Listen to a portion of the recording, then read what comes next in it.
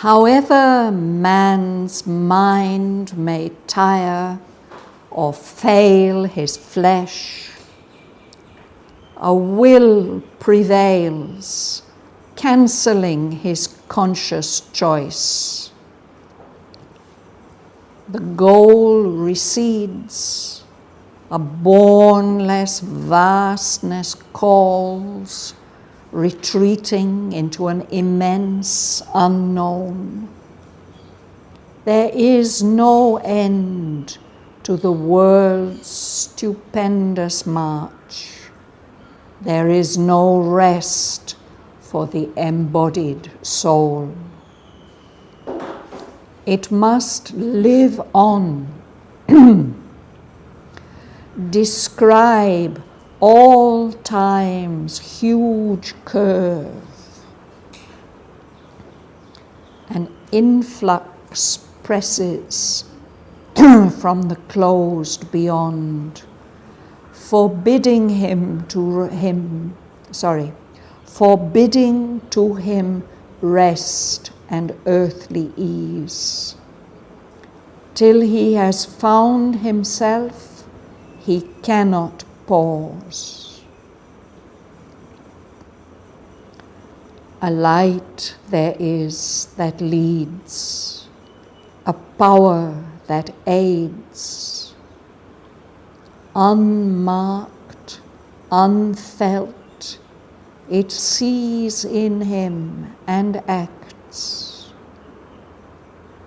Ignorant, he forms the all-conscient in his depths. Human looks up to superhuman peaks.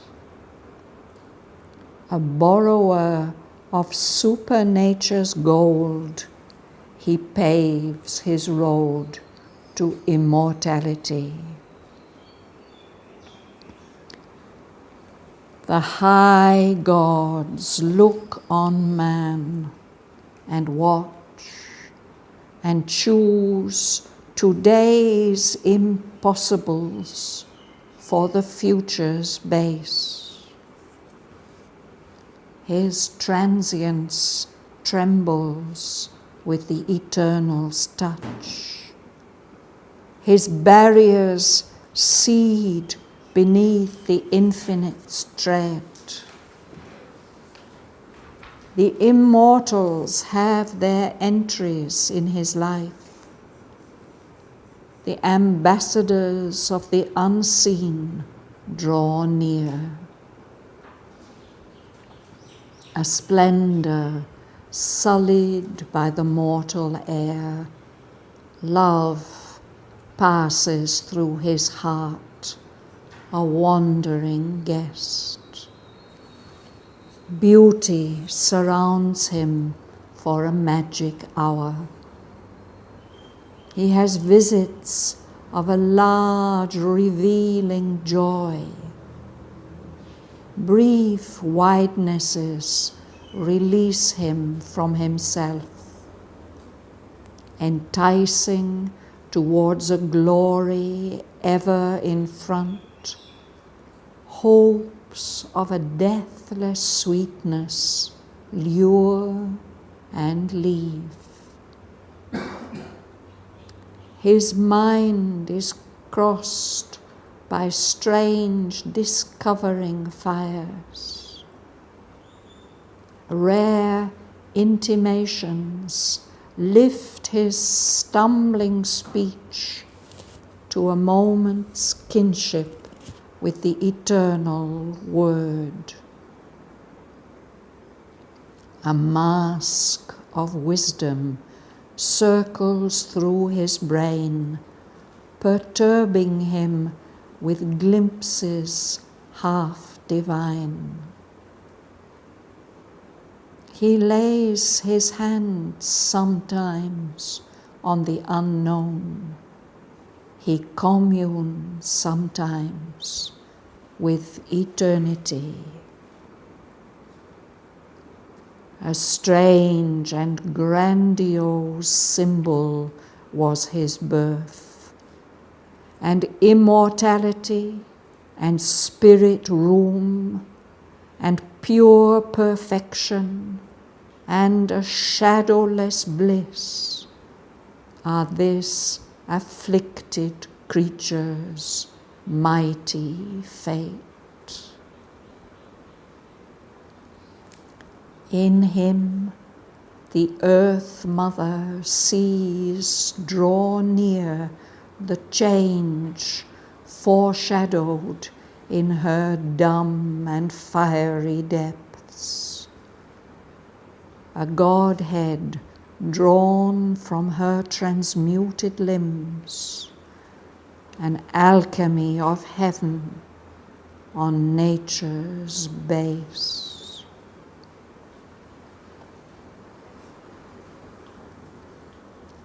Adept of the self-born unfailing line, leave not the light to die the ages bore.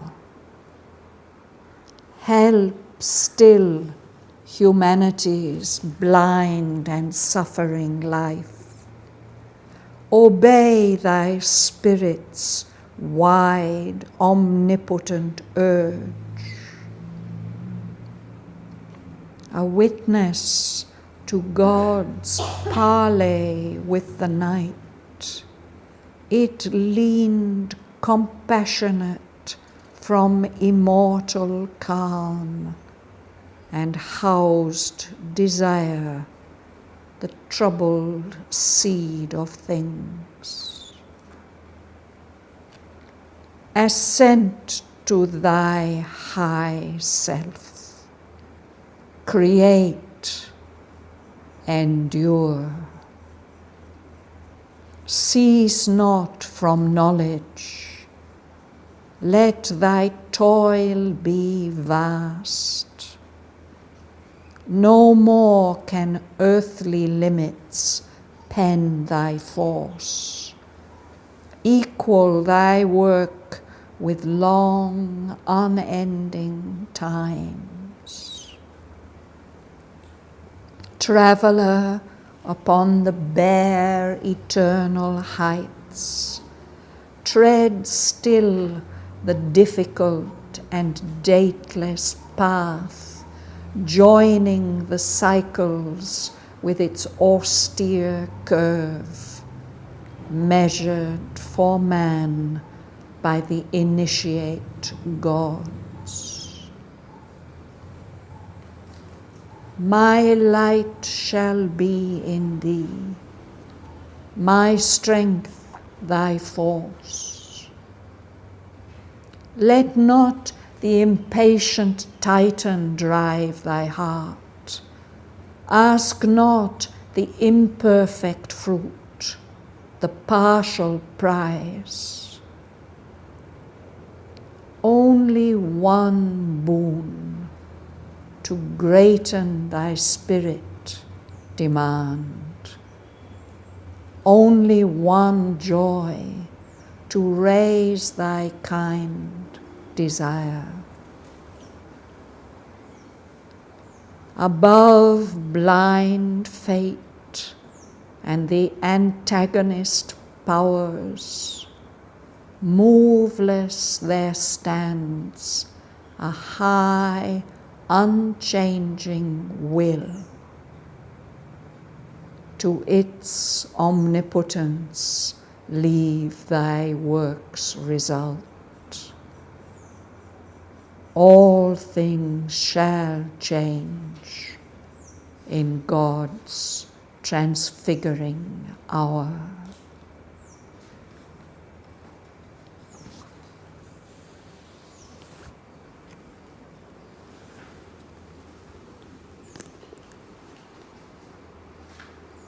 And this way we're reading? Yeah?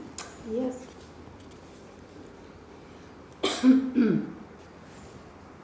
However, man's mind may tire or fail his flesh. A will prevails, Cancelling. cancelling his conscious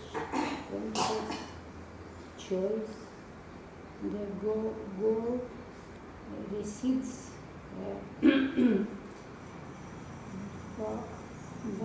boundless vastness calls, retreating into an immense unknown. There is no end to the world's stupendous march. There is no rest for the embodied soul. And one more line. It must live on this described at times huge curve. Yes.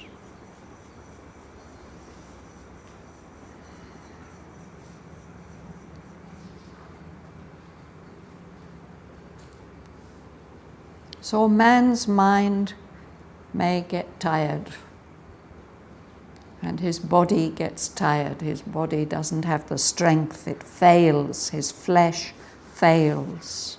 The mind tires, the flesh fails. But however much that happens, there's a will that prevails. That will cancels out the conscious choice of human beings. That highest will, that is the will that prevails.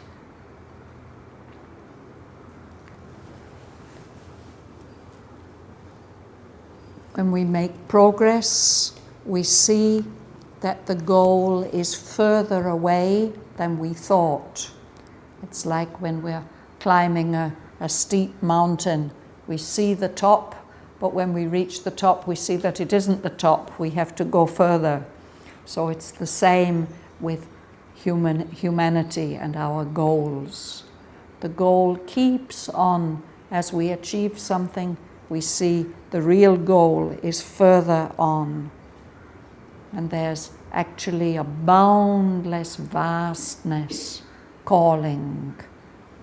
A bournless vastness, something with no border, no limit. That vastness is calling us, it keeps retreating into that immense unknown. And she says there's no end to this stupendous, this tremendous, huge march of the world.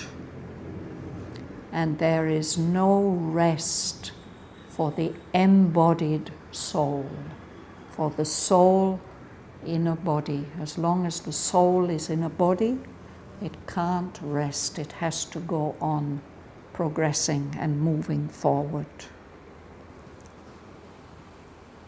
It has to live on. The soul that has accepted this task of embodiment, even when it leaves the body, when the body dies and the soul has some rest in the psychic world, it has to come back again. No? It has to live on, and it has to follow the whole huge curve of time, curve of involution and evolution. It has to follow, describe in the sense of drawing in its own experience, that huge curve of time.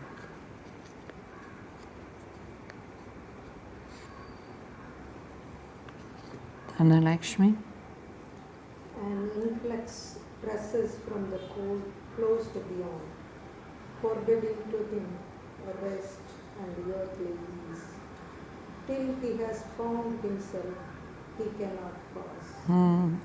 So there's an influx, there's a force flowing in from what seems to be a closed beyond, something beyond that we can't access. To us it is closed, but still that influence, that flow of energy can come pressing down on us. And that's why we can't ever feel for long at ease. We can't rest for long because that influence is pressing on the soul and always driving it forward. So, to the embodied soul, rest and earthly ease is forbidden.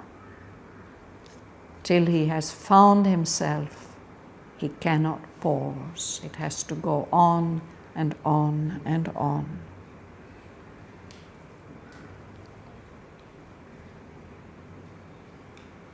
A light there is that leads, a power that aids. Unmarked, unfelt, it sees in him and acts. Ignorant, he forms the all-conscient in his depths.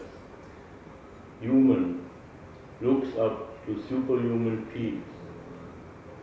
A borrower of supernature's gold, he paves his road to immortality. So man is not alone. We are not left alone in this scheme. Aurobindo tells us many times, no?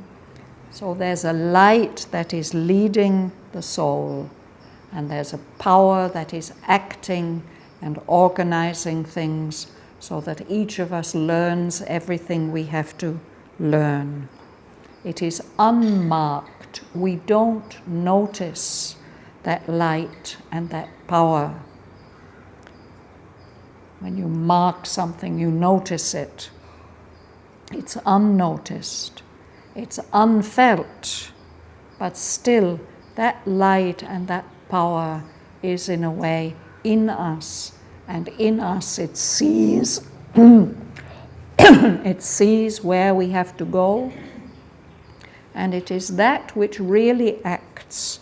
Whatever we think that we are choosing, that will is prevailing, cancelling our conscious choice. Man is ignorant, but within each of us, the all-conscient is forming, is being shaped in the depths of our consciousness, shaping itself. Our experiences, our lives, our dramas, they form that all-conscient in our depths. Man is human with all that that means, all the limitations, but human beings can look up to superhuman peaks. And in a way, man, through his soul, is a borrower of supernature's gold. This gold that is the truth, the gold that is pure, incorruptible, lasting. No? It's the symbol of the truth.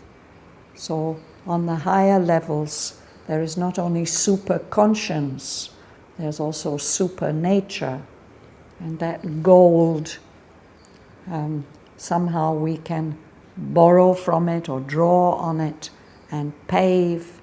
The soul can pave its way to the immortal state. Yuli? High thoughts look on men and watch and choose today's impossibles for the future space. Continue.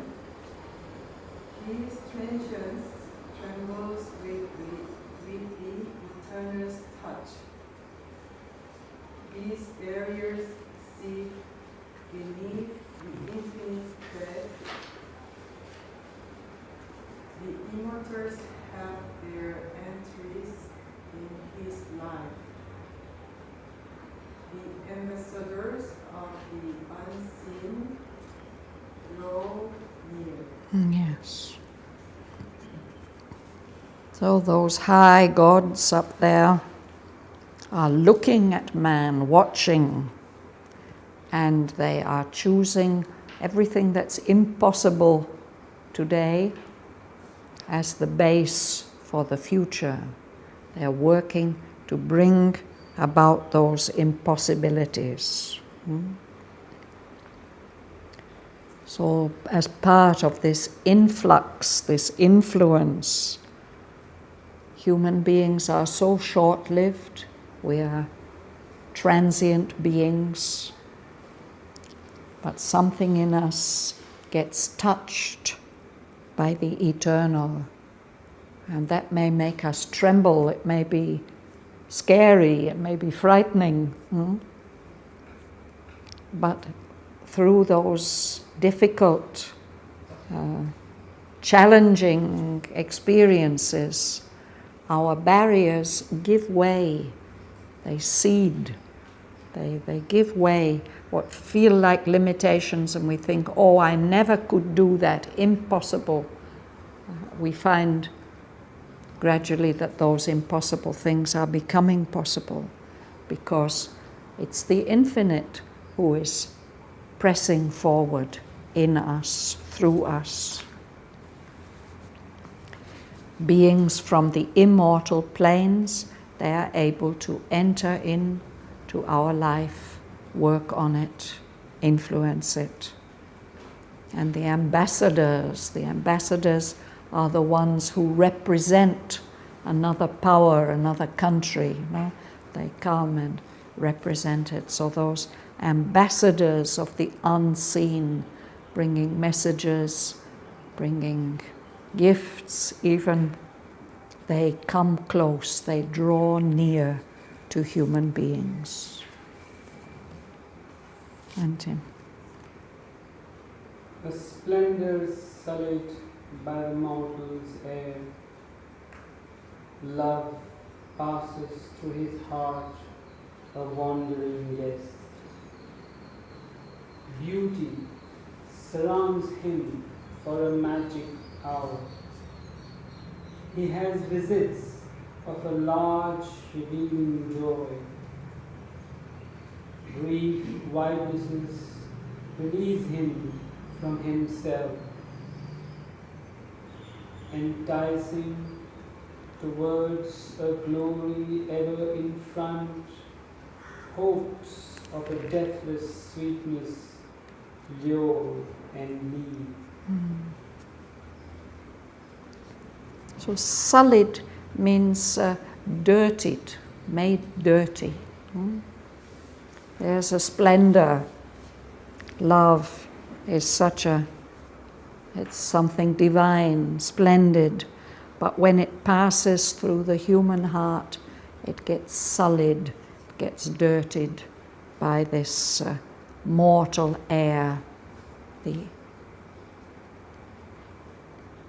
the air of material existence, dominated by death and separation. But still it comes to us and passes through our hearts. It stays with us for a while as a guest and then moves on. There are wonderful hours, magic hours, when we become aware of beauty all around us. There are moments when we see vistas, big views, panoramas opening up in front of us, of a large, revealing joy. That joy is one of the marks of our inner being. And when we can feel that joy, we see things more truly. And that perhaps there are moments when we forget ourselves altogether, and we experience for a short time brief widenesses. We get released from these limiting selves that we normally are. And hopes, something gives us the hope of a possibility of a deathless sweetness, an eternal delight. Those hopes come and they attract us, they entice us, they inspire us and attract us towards that glory which is always in front of us, which is always retreating. Those hopes of a deathless sweetness, they lure us, they attract us, and then they are gone and we miss them and we long for them, and then they come back and lure us some more.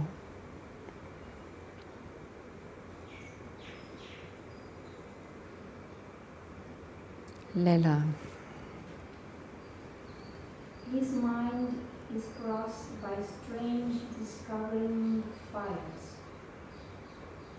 Rare intimations lift his stumbling speech to a moment's kinship with the eternal word. A mask of wisdom circles through his brain, perturbing him with glimpses half divine. Yes, thank you.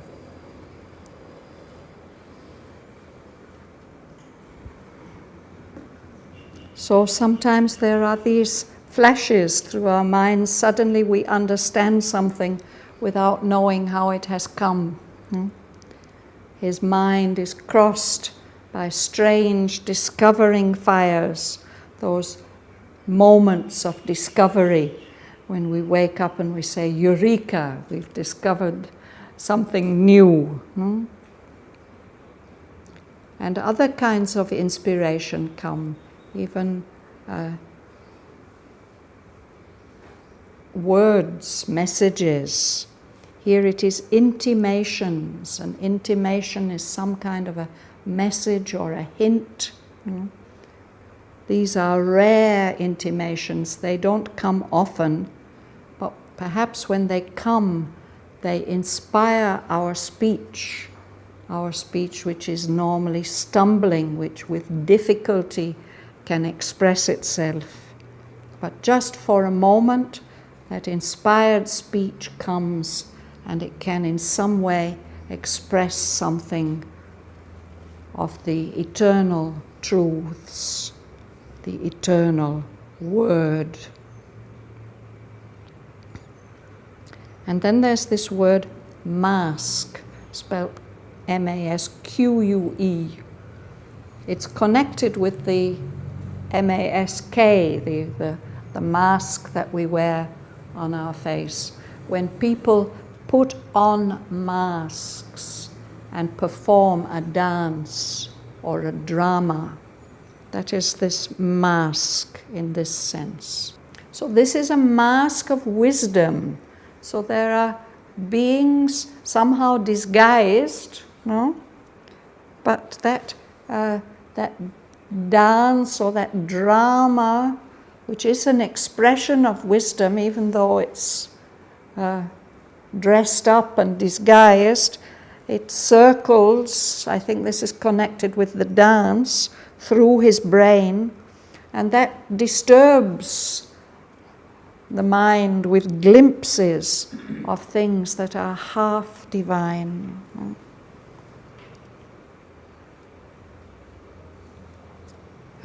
Mahalingam. He lays his hands sometimes on the unknown. He communes sometimes with eternity. A strange and grandiose symbol was his birth, and immortality and split room and pure perfectness and a shadowless bliss are this afflicted creature's mighty fate. So the first two lines, they belong with what Lela read, no? It's these experiences that come to human beings. Sometimes a human being may be able to clasp or embrace the unknown for a moment, and there can be moments of communion with what is beyond time.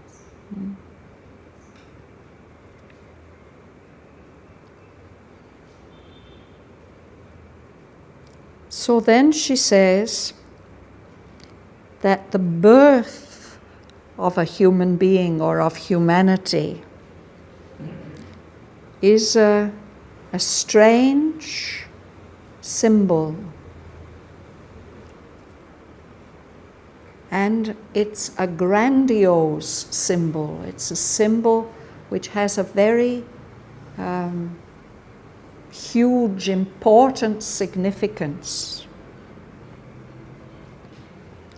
Human beings, we are afflicted creatures. No?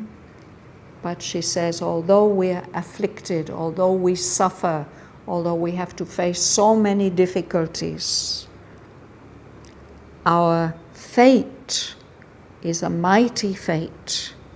We are destined to have immortality and all the space of spirit, the infinite space of spirit, and pure perfection, this solid air. We will experience pure perfection and shadowless bliss. So there's a strange significance about this embodied soul, the divine embodying himself in this imperfect creature. But the fact that he's done it, that gives this fate of fulfillment to all these souls who now have this role of being afflicted human beings.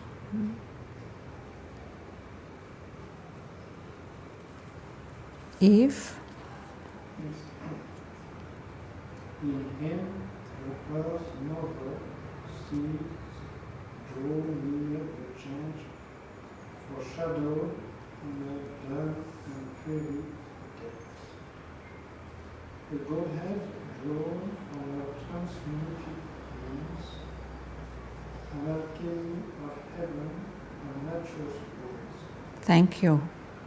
So in him, in man, the Earth Mother, who has toiled through all these eons, the whole spiral of evolution, she sees coming nearer to her that change, that great change, which is foreshadowed, somehow indicated in her dumb and fiery depths. We may wonder what this line means. I think it was yesterday on the television I saw that they have measured the heat of the Earth's core, and it is much hotter than the surface of the sun. So it means in the core, in the fiery depths of the earth, there's all that energy, all that heat and light. It's out there burning in the sun, but it's also burning in the depths. So that's perhaps a symbolic indication of this transformation which must come,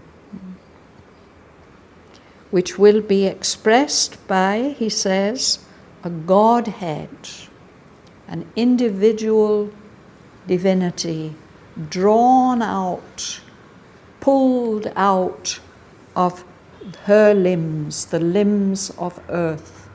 They will get transmuted and they will give birth to a divine form. This whole process is an alchemy. Alchemy was the forerunner of science. It was somehow an intuition that there must be some uniting oneness which makes it possible for everything to be turned into gold. Gold as the symbolic expression of purity, pure perfection and truth, undying truth. Yeah. So the alchemists, they were seeking for that philosopher's stone, what would be that substance that could turn everything to gold. Or the process, alchemy was the beginning of chemistry, because they tried certain processes that they thought they can transmute base metals into gold. But it was a kind of symbolic search. They wanted, of course, to have earthly gold, material gold, but there was also a kind of background in alchemy that was searching for a truer consciousness and substance. So that process of a Godhead being drawn out of this earthly matter, this material principle, this will be an alchemy of heaven on nature's base, this base here, material base. James, would you read? Adept of the self-born, unfailing line, leave not the light to die the ages bore. Help still humanity's blind and suffering life. Obey thy spirit's wide, omnipotent urge. So this is her adesh to him, her command. So she says, I'm not asking you to merge in the formless, in the supreme. She says, you are an adept, an initiate, a highly developed being carrying a great deal of knowledge. And she says that you are one in a line, in a series, the self-born, unfailing line. So this line this heritage will not die out, and those adepts who are in this line are self-born. They haven't been compelled to be born. They have accepted birth by their own choice for a purpose, to help the divine work. So she says that's what you are. You are an adept of this self-born, unfailing line of avatars and vibhutis, sons of God. So she says, don't withdraw. Don't let the light die, this light that the ages have been carrying, the light of aspiration and hope. Go on helping the blind and suffering life of humanity.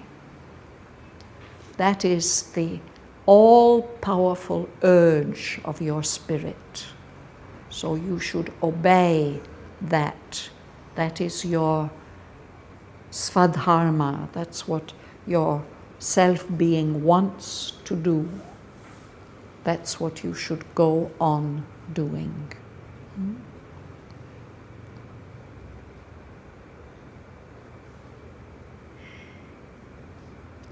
Patricia.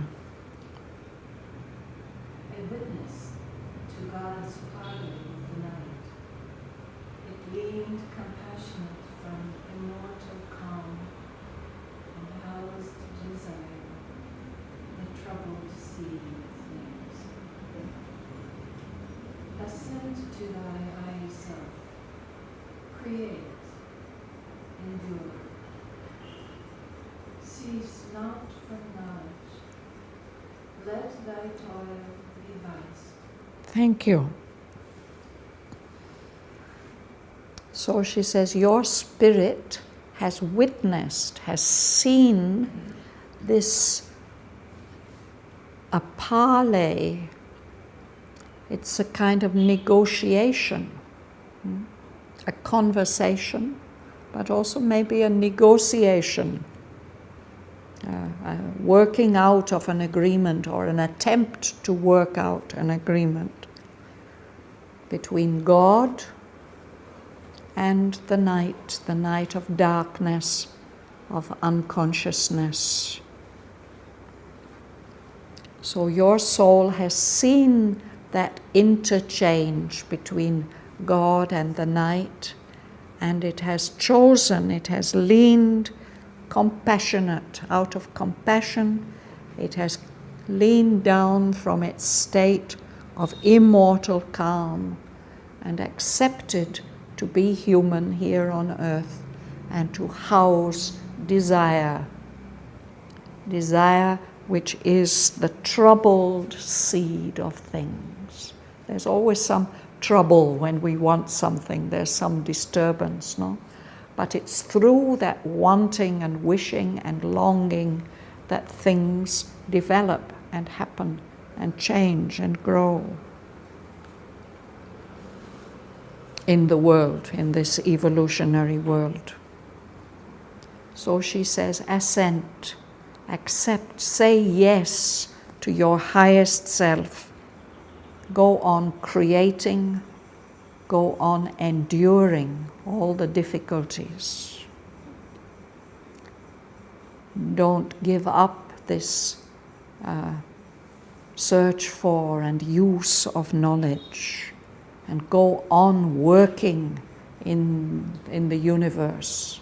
Let your toil go on making all these great efforts, working for the divine purpose. Francesca. No more can earthly beings spend thy force. Equal thy work with long unending times.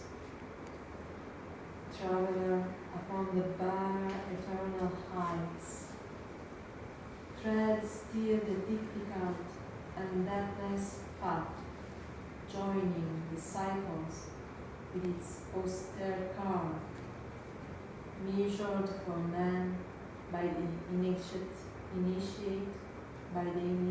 gods. Thank you. Yes. So she says you've achieved so much that you are not bound by earthly limitations anymore. Your energy, your strength. To pen means to put limits, fences around something, no? So earthly limitations can't limit your force anymore. So let your work, your achievement be equal with the work of time. Let it go on forever.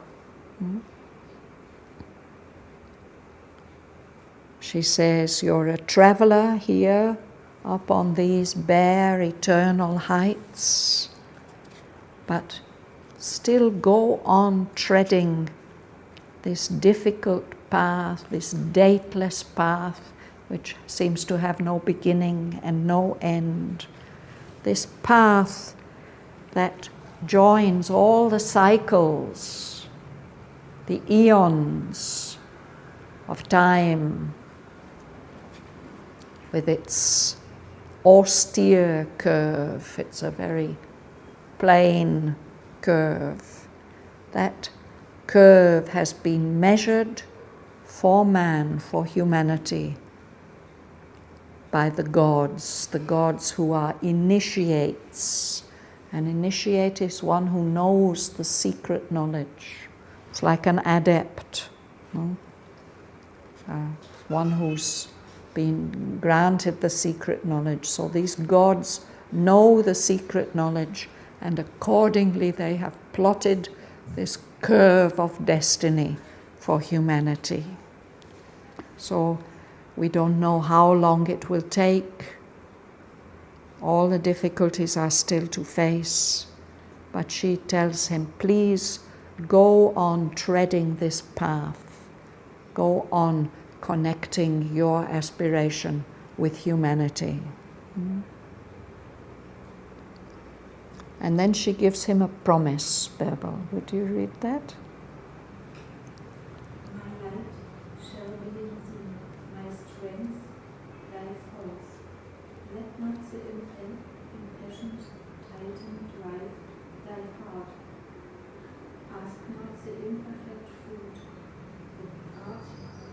partial. So she promises, I will be with you. My light will be with you, and my strength will be with you. So she says, don't be in a hurry. There's something titanic in us which wants to achieve everything immediately, but don't let that impatient Titan drive thy heart. Be patient, and don't now demand the imperfect fruit, the fruit that is not yet ripe. Don't ask for a prize which is not the real full prize.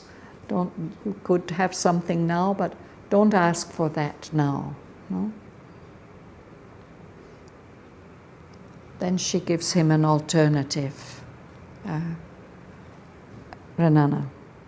Only one BOON to gladden the spirit's demand. Only one joy to ease the kind desire. It's thy, only one boon to greaten thy spirit demand. Only one joy to raise thy kind desire. So this thy, she's speaking to him. This is the second person singular. Sri Aurobindo uses this throughout the poem whenever one person or one being is speaking to another, singular. So she says, only ask for one boon. You have come all this way, you have met me. I know the boon that's in your heart. I can't give you that. Only ask for this one boon, this gift, to greaten thy spirit. Let it become even larger and wider. And desire only one joy, the joy of lifting up your kind, your race, the human race. This is what she asks of him to do. And then she again gives him a reassurance, Nargis. Upon blind faith and the indigenous powers, ruthless there stands a high, unchanging will. To its omnipotence, yield thy words result. All things shall change in God's transfigured autumn. So she says it looks like human beings are in the grip of blind fate. Things seem fixed without reason, and there are antagonist powers that are hostile, that are trying to prevent the fulfillment. But beyond those, beyond the power of fate, the power of cause and effect maybe, of karma, beyond those hostile powers, there's this high, unchanging will, which is the original will that has set everything off, no? That is there. It doesn't move. It doesn't change. It is always there. And that will is omnipotent. It is all-powerful.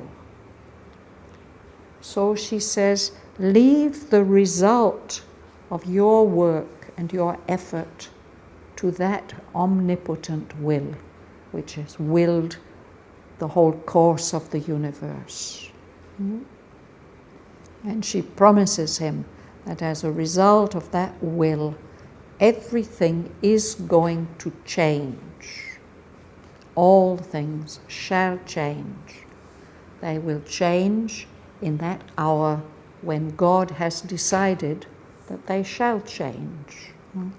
That divine, that hour of God when everything gets changed, transfigured, turned into its most divine form.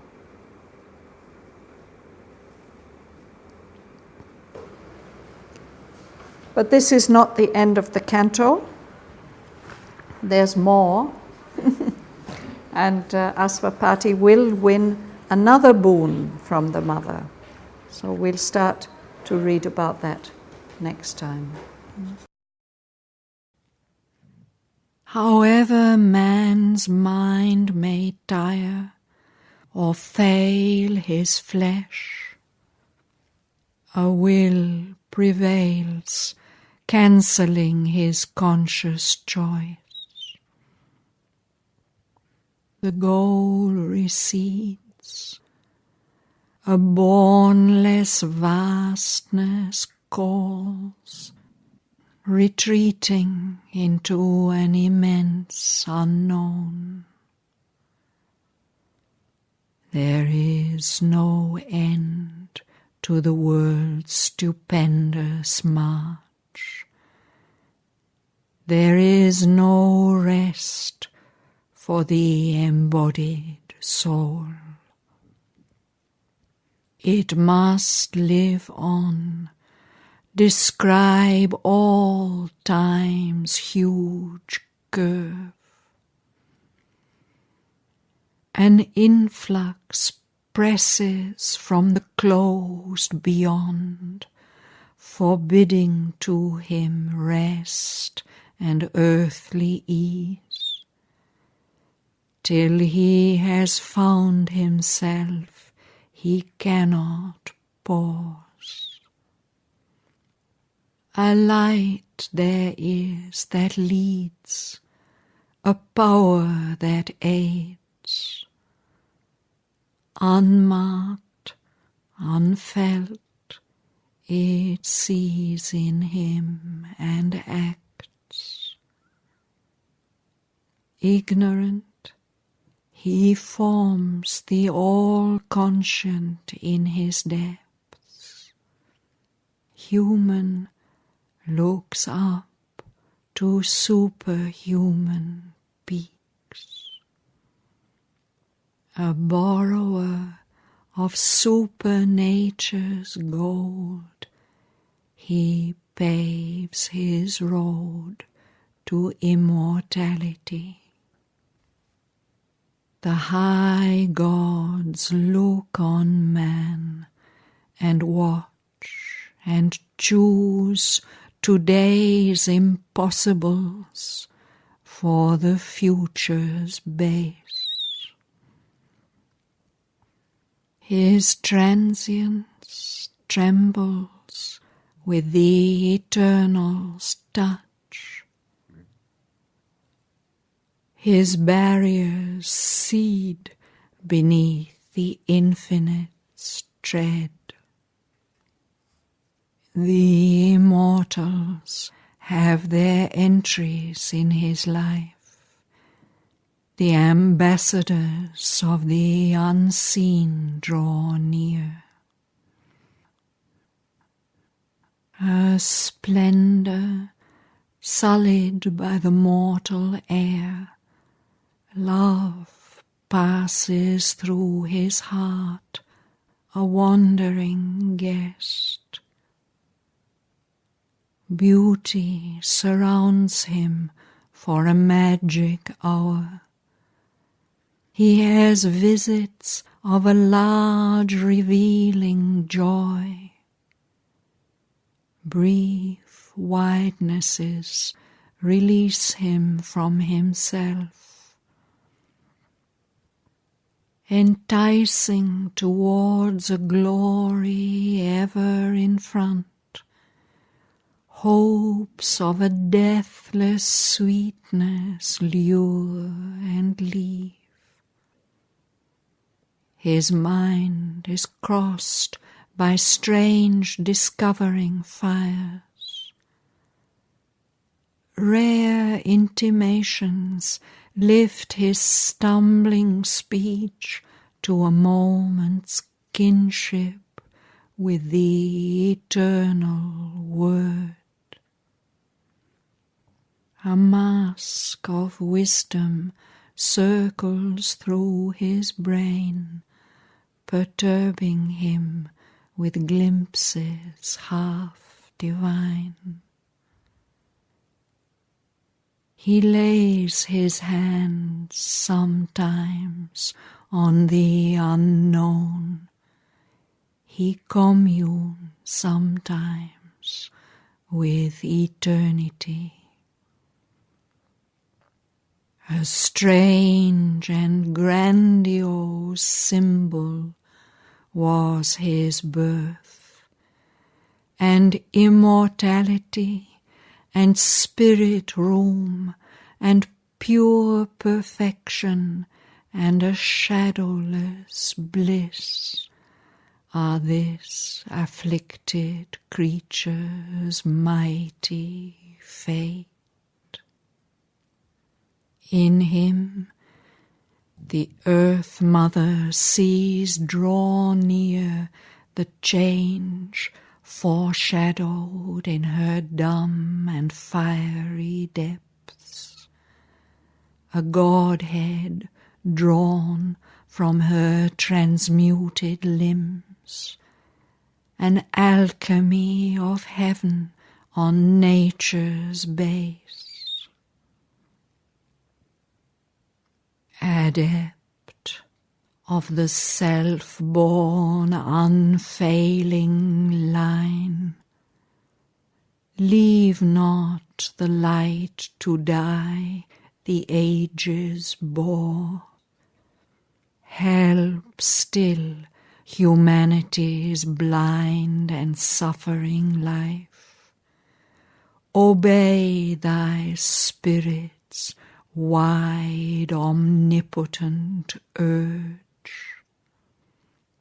A witness to God's parley with the night, it leaned compassionate from immortal calm, and housed desire, the troubled seed of things. Ascent to thy high self, create, endure. Cease not from knowledge, let thy toil be vast. No more can earthly limits pen thy force. Equal thy work with long unending times.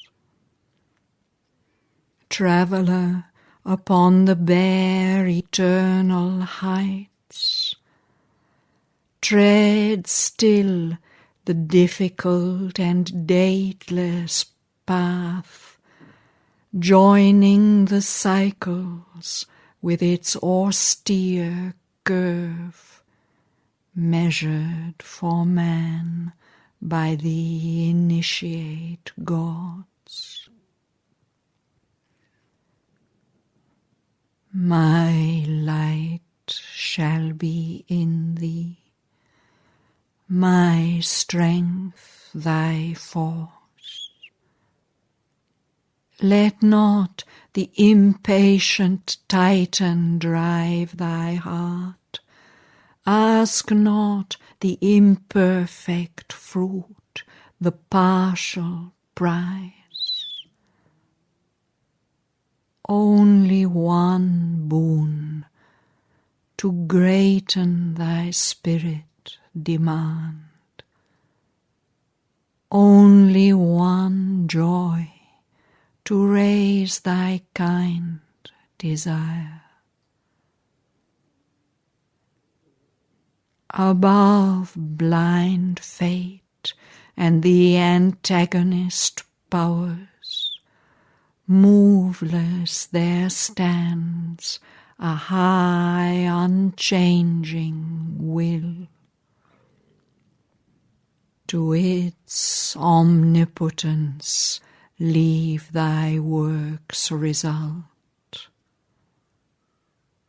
All things shall change in God's transfiguring hour.